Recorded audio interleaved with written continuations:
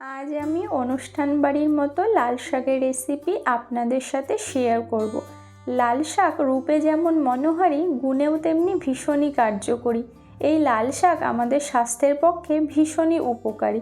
তো চলুন রেসিপিটি শুরু করা যাক। সবার প্রথমে কড়াই গরম করে কড়াইতে দিয়ে দিলাম 2 চামচ পোস্ত।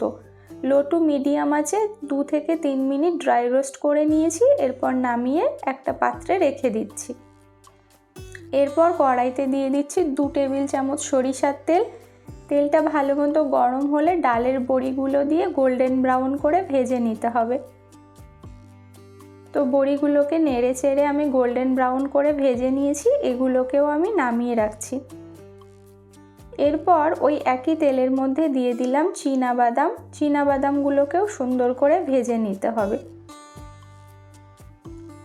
বাদামগুলোকেও ভেজে নিয়েছি, এগুলোকেও নামিয়ে রাখছি। এরপর ওই একই তেলের মধ্যে 3টে শুকনো লঙ্কা দিয়ে ভেজে আমি তুলে রাখবো। তো লঙ্কাগুলোকেও নেড়ে চেড়ে ভেজে নিয়েছি, এগুলোকেও নামিয়ে রাখছি।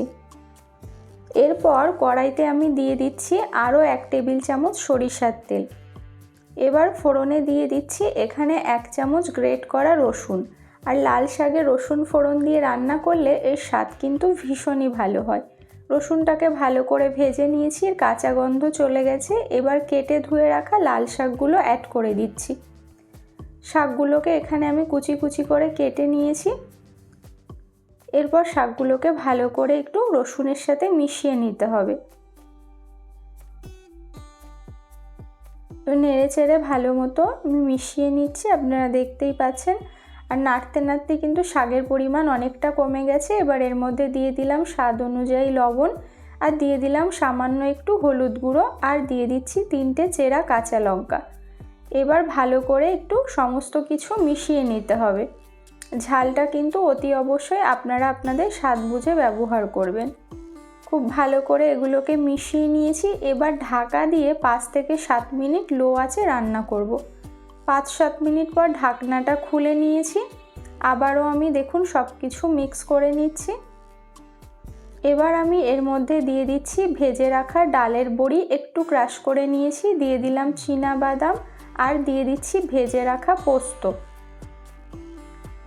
আর দিয়ে দিচ্ছি যে শুকনো লঙ্কা ভেজে রেখেছিলাম সেগুলো একটু ভেঙে অ্যাড করে দিলাম। এবার এই সমস্ত কিছু ভালো করে মিশিয়ে নিতে হবে।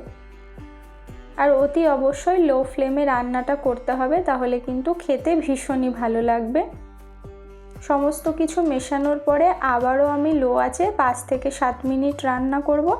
5-7 মিনিট হয়ে গেছে, ঢাকনাটা খুলে নিয়েছি। এবার দিয়ে দিলাম স্বাদ অনুযায়ী একটু চিনিটা দেওয়ার পরে ভালো করে 1 থেকে 2 মিনিট নাড়াচাড়া করে নিচ্ছি।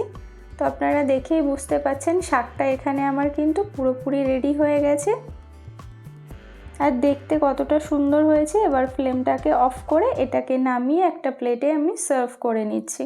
গরম ভাতের সঙ্গে এই রেসিপিটি খেতে কিন্তু দারুণ লাগবে। উপর থেকে আমি একটু বড়ি, শুকনো লঙ্কা, বাদাম আর পোস্ত দিয়ে একটু গার্নিশ করে নিয়েছি। রেসিপিটি আপনাদের কেমন লাগলো কমেন্ট বক্সে জানাবেন। তো সবাই ভালো থাকবেন, সুস্থ থাকবেন।